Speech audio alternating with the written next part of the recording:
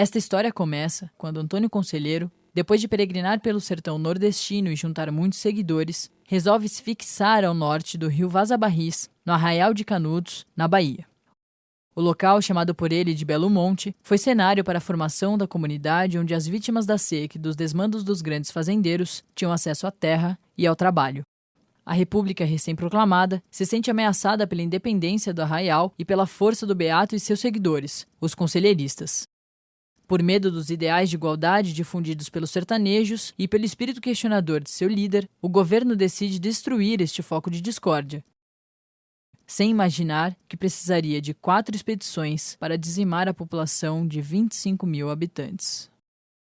Ó Deus, perdoe esse pobre coitado que de joelhos rezou um bocado, pedindo pra chuva cair sem parar. Ó Deus, será que o Senhor se zangou e só por isso só retirou, fazendo cair toda a chuva que há? Senhor, pedi para o... Canudos não se rendeu. Exemplo único em toda a história, resistiu até o esgotamento completo. Expugnado palmo a palmo, na precisão integral do termo, caiu no dia 5, ao entardecer, quando caíram os seus últimos defensores. Eram 4 apenas, um velho, 2 homens feitos e uma criança, na frente dos quais rugiam raivosamente 5.000 soldados. Senhor, pedi para o sol se esconder um pouquinho, pedi para chover, mas chover de mansinho, para ver se nascia uma planta no chão. Este espírito de resistência nos atraiu a visitar a Terceira Canudos, localizada a 410 quilômetros de Salvador, já que a primeira foi destruída pelo fogo da guerra e a segunda está submersa pelas águas do açude do Cocorobó, responsável pela sobrevivência dos atuais moradores. E dele pedido cheio de mágoa pro sol inclemente se retirar. Desculpe eu pedir a toda hora pra chegar. Em 1950, Getúlio Vargas manda aqui um enviado. O líder político da Canudos, da segunda Canudos, era Isaías Canário. Perguntou ao povo daqui o que é que eles queriam. Um açude. O que é que o sertanejo precisa? De água. Então, a vergonha nacional está aqui. O genocídio, o palco aberto, os ossos insepultos na superfície da terra, jogada à mostra. Isso é um choque, é uma barbárie que foi cometida. Então nós vamos matar 2 coelhos com uma porrada só. Nós leva água para o semiárido, para aquele povo, e cobre tudo. O governo joga água em nome de um progresso, entre aspas. E naquela época, até o líder, até a representação de Canudos, como se tivesse receio de bater de frente com contestar alguma coisa, deixou aí a mercê. Então eles fizeram do jeito que quiseram. O povo calou. Quer dizer, houve manifestações assim mais pequenas, não houve um movimento mais forte para que chegasse ao governo federal. As pessoas não aceitaram com tranquilidade, nem numa boa, não, né? Houve muita revolta, mas naquela época não tiveram pulso para tomar uma decisão como hoje se toma, né? A profecia de Antônio se concretizou. O sertão virou mar. Uma pergunta sem resposta, porque eu acho que há possibilidade de ter feito tecido para cobrir. Agora eu fico do outro lado, fico pensando, Canudos hoje sem esse açude, né?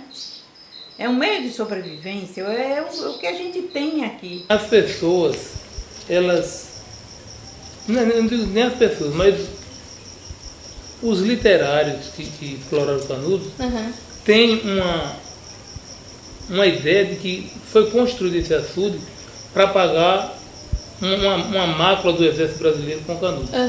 Eu discordo assim 100%. O que o senhor acha? Eu não acho que o objetivo foi esse. Mas aquela Canudos ali, você precisa entender o seguinte, com a destruição da guerra acabou tudo. Essa Canudos que foi distribuída foi a Segunda Guerra, foi da Segunda Canudos, que praticamente não tem nada a ver com a primeira, nem as famílias. Não havia, esse povo que está lá, que morou na Segunda Canudos, não tem sentimento de culpa, que a terra, se acabou aqui a guerra, não. As famílias de lá não tinham, praticamente não tem nada a ver com as famílias da época da guerra, entendeu? É importante o açude? Claro.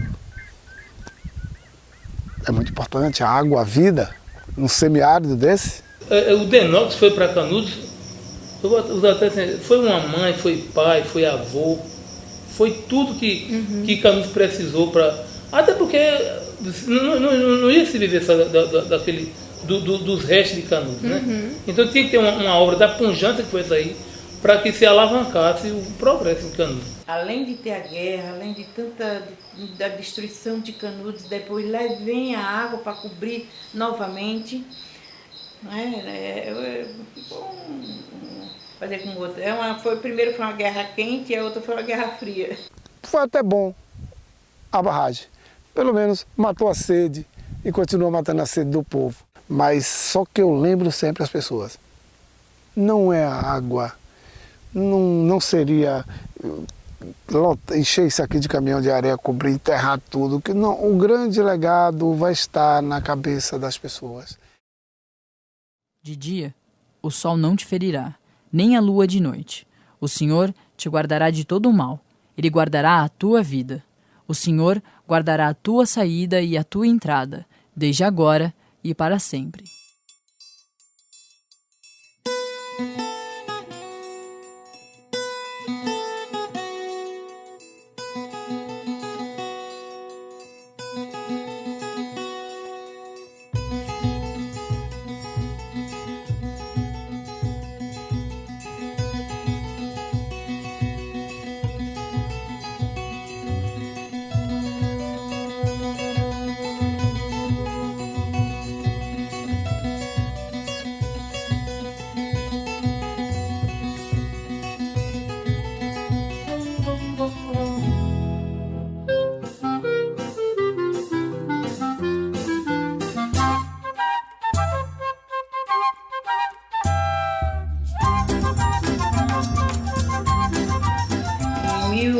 Em 1985, mais ou menos, quando foi feita a lei orgânica do município, quando foi para fazer a lei orgânica, esses movimentos, juntamente com a igreja fizeram uma manifestação, né, uma reivindicação com faixas para se colocar o estudo da história em todos os níveis escolares. Que até então só tinha a história do Brasil, né? Canudos era um pontinho perdido nos livros de história do Brasil. A verdadeira história não era contada a história dos vencedores. Quando se trabalha, quando o aluno passa a conhecer, ele passa a gostar, se sentir agente daquela história. Não é que as pessoas tenham a juventude tenha vamos dizer assim, essa volúpia por conhecer a história de Canudos. Mas é porque se tornou uma coisa obrigatória, né? A gente tinha muita dificuldade em fazer com que as pessoas, os próprios alunos, gostassem ou então conhecessem a história. No início mesmo da minha trajetória como professora de História de Canudos, foi a resistência que eles tinham em não achar que faziam parte daquela história.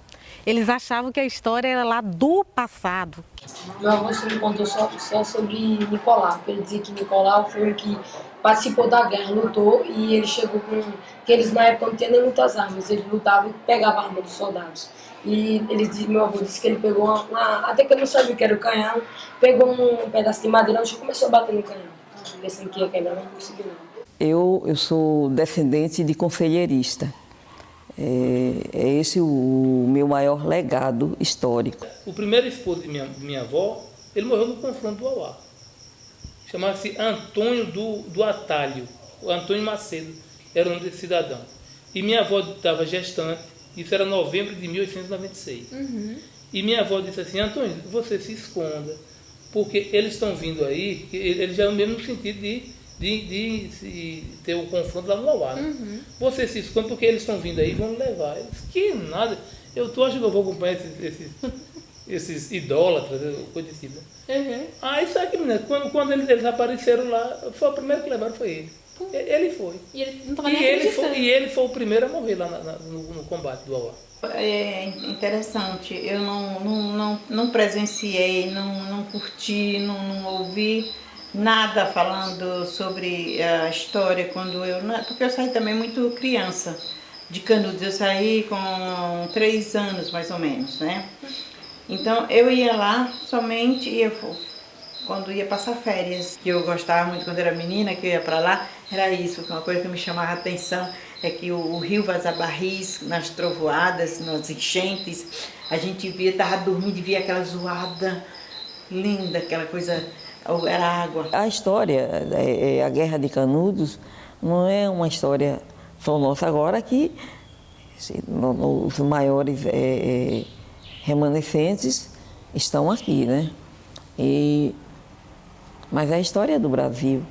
Vocês já pensaram, assim, já chegaram a refletir um pouquinho sobre como é viver nessa cidade? É tão importante para o Brasil, para a história do Brasil. Acho que nunca parei assim, refletindo. Eu cheguei a refletir, assim, pensar que queria saber mais. Já cheguei até a começar a perguntar a todos os meus parentes. Zelar pelo patrimônio, né? Conservando mesmo, que se a gente não continuar dessa forma, aí infelizmente corre o risco de se dispersar um pouco. Só espero que o homem sertanejo seja bem resistente, bem forte, tenha bem objetivos como Antônio Conselheiro teve. Peregrino Antônio, de conselhos e prédicas, por caminhos áridos, no sertão triste de homens humilhados, no chicote da fome a ferida se abre, nos conselhos do beato, o bálsamo da vida, que liberta os sonhos da igualdade contida, do sofrimento a lição. Canudos acolhia a todos sem distinção de cor, índios, negros e brancos, na regra que o peregrino fraternalmente ensinou. Peregrino Antônio, profeta e amigo fiel, conselheiro dos pobres, Antônio Vicente Mendes Maciel. Para algumas pessoas, um homem má, e para outras, um homem que salvou Canudos. Tem até parente meu que ele fala que ele só trouxe destruição para Canudos, que ele só trouxe morte. E tem uns que falam que ele ajudou a construir Canudos. Tá? Quando chegaram do término da guerra, quando chegaram para perguntar por ele, eles disseram que estava no céu. Mas assim, eles disseram que esperaram por 3 dias. Eles ficaram contando com ele 3 dias esperando que ele subisse para o céu. O povo chamava ele de Bom Jesus Conselheiro. Ele não gostava, ele disse, Jesus é outra pessoa. Mas o povo insistia, achava que ele era um Jesus. Antônio Conselheiro era um ser humano, não é? Ele se manifestou aquele movimento conselheirista, foi por conta de um Nordeste desprezado, abandonado, não existia. Quer dizer, lá para o governo no Rio de Janeiro. Como a Bíblia não estava na mão do povo, ele transcrevia na íntegra, né? O livro do Êxodo, o livro dos Atos dos Apóstolos, porque ele faz toda uma releitura bíblica na comunidade que ele está coordenando. Diga-se de passagem, ele não era clérigo, não pertencia ao clero, mas porém tinha o carisma, né, de um messianismo popular. Umas pessoas humildes, né, de uma religiosidade popular, digamos, falar no popular, dá de frente com um religioso que fala a sua língua, uma liturgia bem popular. Então, ia comparar com um padre que ia celebrar uma missa de 6 em 6 meses, em latim, e ainda por cima de costas para a Assembleia. Essa ideia do peregrino Antônio, um bandido, matou 25 mil pessoas, essa foi a vida toda, a ideia que foi passada, não foi uma ideia simplesmente que surgiu, foi uma ideia plantada pelo Exército Brasileiro, foi uma ideia plantada pela elite e a classe dominante desse país. Então essas pessoas mais velhas cresceram com essa imagem. Eu vejo ele um herói, vejo ele assim. E para mim eu vejo como um líder político, religioso, fantástico, que hoje não existe. Antônio Conselheiro não é um líder só para o povo sertanejo. Antônio Conselheiro é um líder para o mundo. É para todo mundo. É um exemplo de resistência, de persistência e de acolhimento.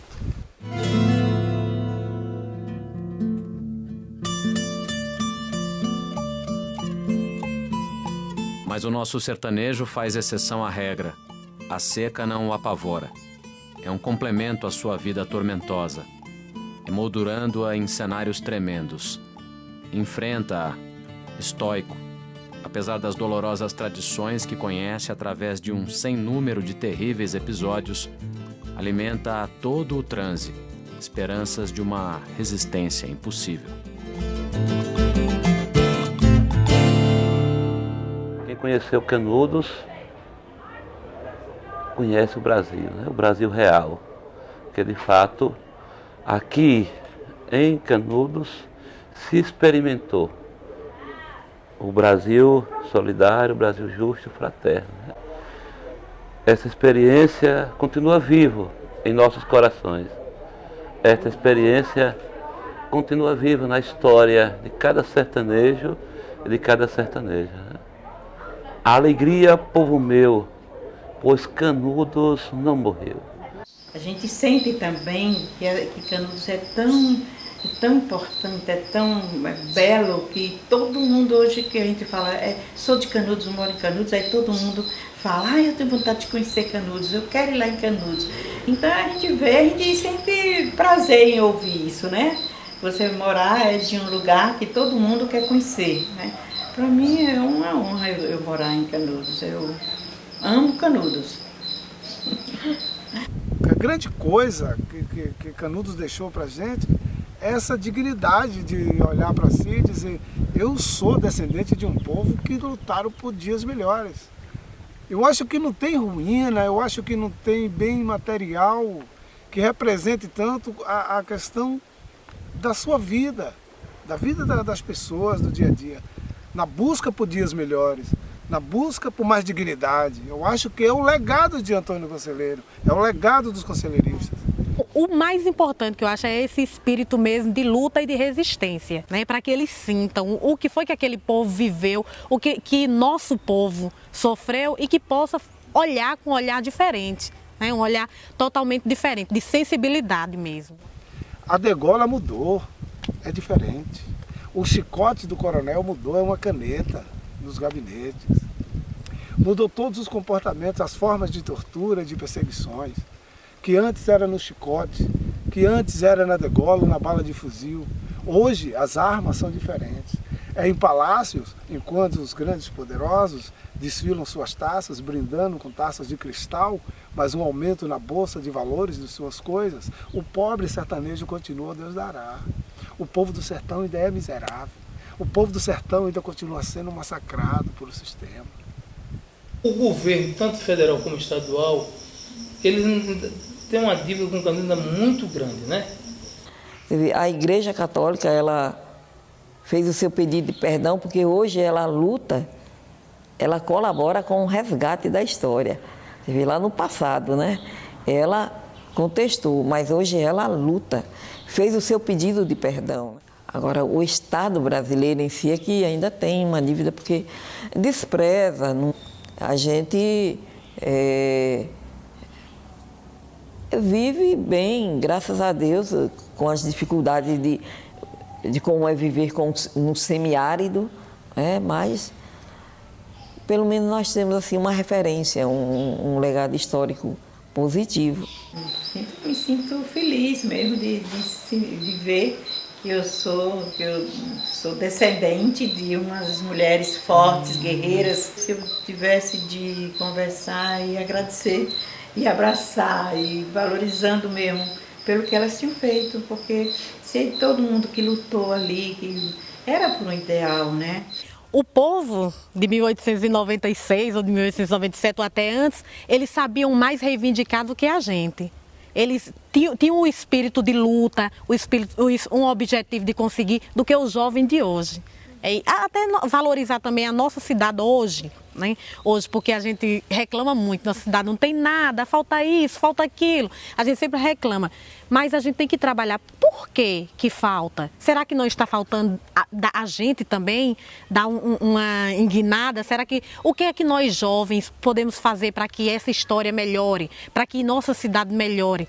Às vezes chega gente aqui de Santa Catarina, do Rio de Janeiro, aí diz assim: vocês estão sentadas num barril de ouro, só falta ser explorado. Quer dizer, o barril de ouro é a história, né? Às vezes eu fico a pensar, como pode um país rico por natureza deixar morrer seus filhos por falta de pão à mesa? Pátria amada, idolatrada, salve, salve Brasil. Com seus filhos a sarjeta, és tua, mãe gentil? Camponeses em Canudos tenta se organizar, mas vem a ordem da elite para com tudo acabar. Como pode ser severa, ó pátria mãe varonil, mandar matar seus filhos com balas de fuzil? E nos dias de hoje continua a massacrar Eldorado dos Carajás, Carandiru, Candelária. E eu pergunto, quando isso vai parar? Valeu.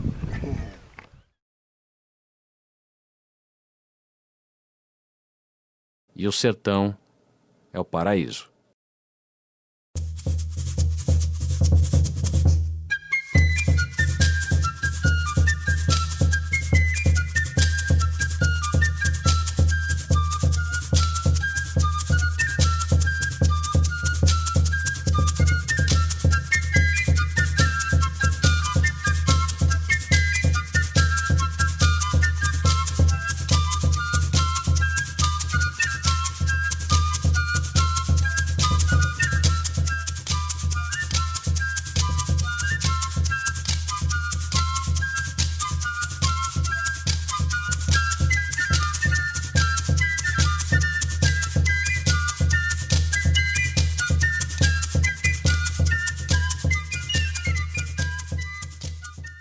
Quem matou o Moreira César não foi um conselheirista, foi um soldado, que ele levou um tiro nas costas. Que cara filho da puta, rapaz. Só pra não dar assim o ônus da coisa a gente, rapaz. Pra dizer que um conselheirista matou um general do Exército Brasileiro. Os caras não querem engolir isso também, não, pra você ver como é que é as coisas. Então, eles dizem que foi um policial que atirou pra poder a tropa não prosseguir e voltar. Mas mentira, rapaz, o cara foi atingido na barriga. O cara partiu para abrir a tropa e recebeu o balaço de lá vindo da taipa escondida. E aí fulminou. Mas os caras não querem passar isso. Quer aceitar. Que um cara, um conselheirista, um matuto, sertanejo, matou um general brilhante que ia até cotado para ser o presidente do Brasil.